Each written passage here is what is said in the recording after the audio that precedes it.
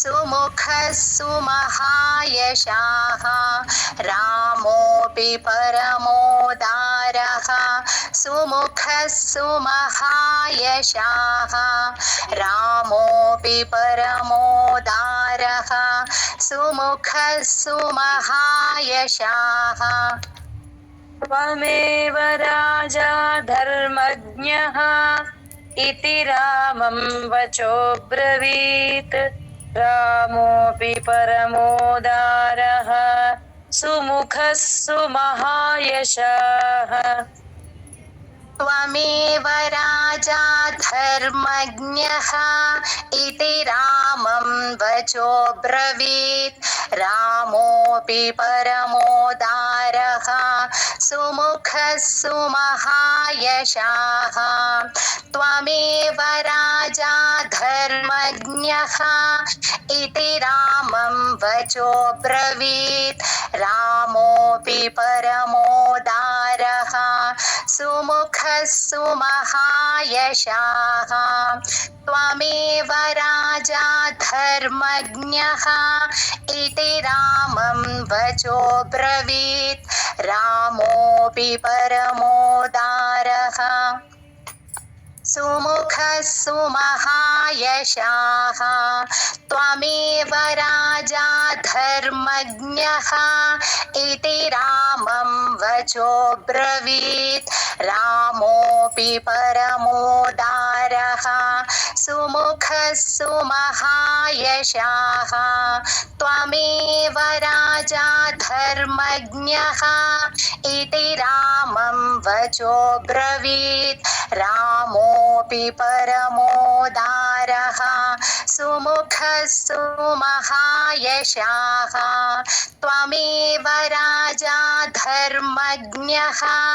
इति रामं वचोब्रवीत् रामोऽपि परमोदारः सुमुखः सुमहायशाः त्वमेव राजा धर्मज्ञः इति रामं वचोब्रवीत् रामोऽपि परमोदारः सुमुखः सुमहायशाः। जय गुरुदत्त। न चैच्छत् पितुरादेशात् न चैच्छत् पितुरादेशात् न चैच्छत् पितुरादेशात् न चैच्छत् पितुरादेशात् न చైచ్ఛత్ కాదు నచైచ్ఛత్ చా కింద చా వస్తుంది కదా ఇక్కడ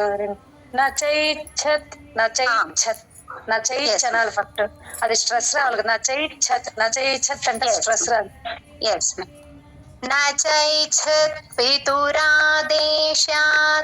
न चैच्छत् पितुरादेशात्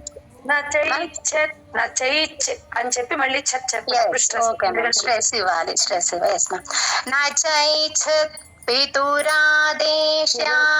స్ట్రెస్ రావాలి అంటే నచైచ్ఛ అని ఫస్ట్ చెప్పాలి హాఫ్ చెప్పాలి చాలు నచైచ్ఛ అని చెప్పి ఛత్ చెప్పండి నచైచ్ఛ తర్వాత ఛత్ చెప్పండి కలిపి నచైచ్ఛత్ లేకపోతే నచైచ్ఛత్ లాగా వినిపిస్తుంది न चैच्छत् पितुरादेशात् न चैच्छत् पितुरादेशात् न चैच्छत् पितुरादेशात् ఒక్క సెకండ్ ఆపాలి మ్యామ్ ఎక్కడ ఆపాలి